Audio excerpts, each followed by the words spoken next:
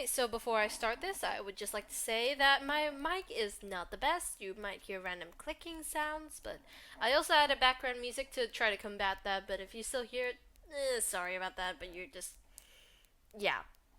Enjoy! Colors can seriously change how a room or a piece of art feels, but how many of us actually try to stop and think about why that exactly happens?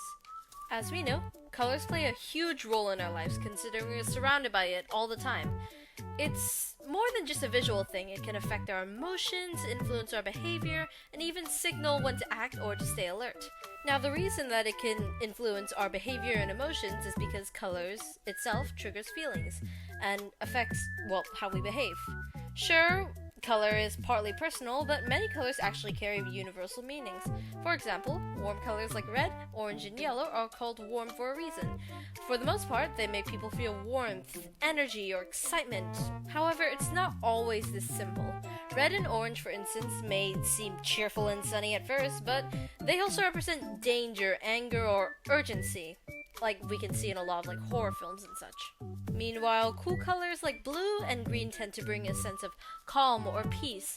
However, there are two sides to a coin and can also feel cold, sad, or distance. It really all depends on the context. Lately, I've actually been experimenting with color in my own art as well, and it's pretty entertaining to see how color scheme can completely shift the emotion of a piece. Although there are a lot of elements to creating a good looking piece of art, color is definitely one of the biggest parts of it. And also, colors don't just affect our emotions, they can also impact our performance. In one study, 71 college students in the US were shown different colors, green, black, or red, right before taking a 5-minute test. And you want to know the results? Students that saw the color red before taking the test actually scored about 20% lower than everyone else. Oh my god. I am not saying that everyone reacts the same way to color.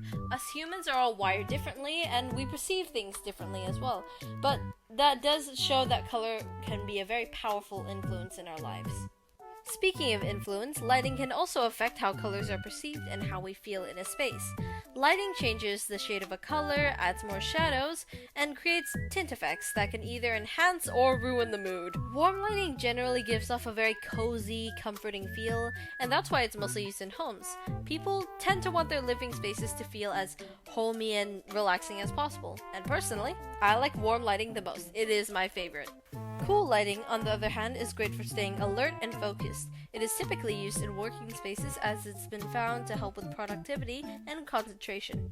That said, I hate bad lighting. It makes me want to scream and cry at the same time.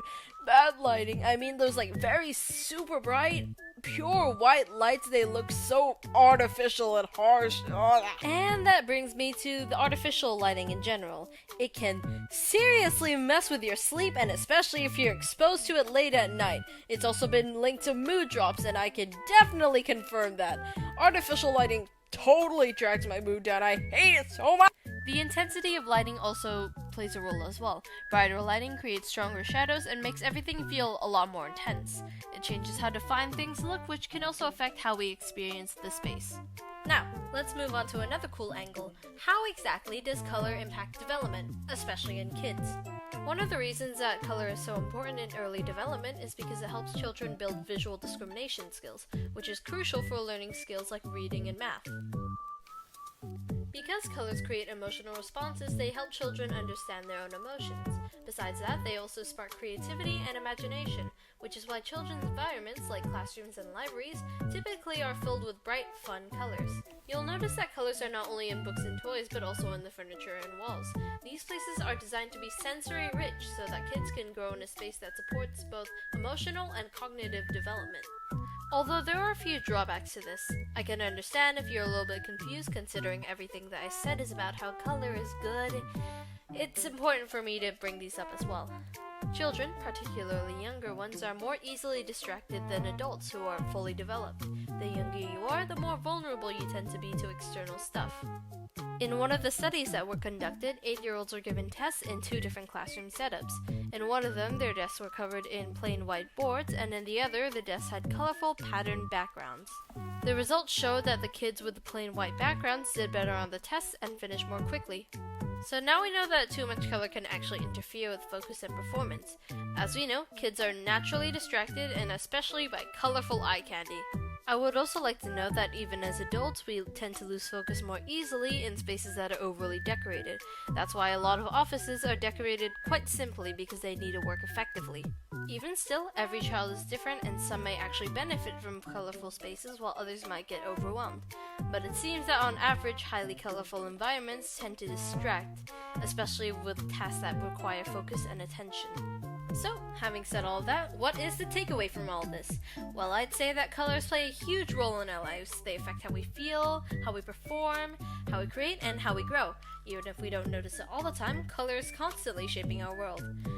Sure, again, there are some drawbacks like distraction or overstimulation, but overall, color brings a lot of value to us.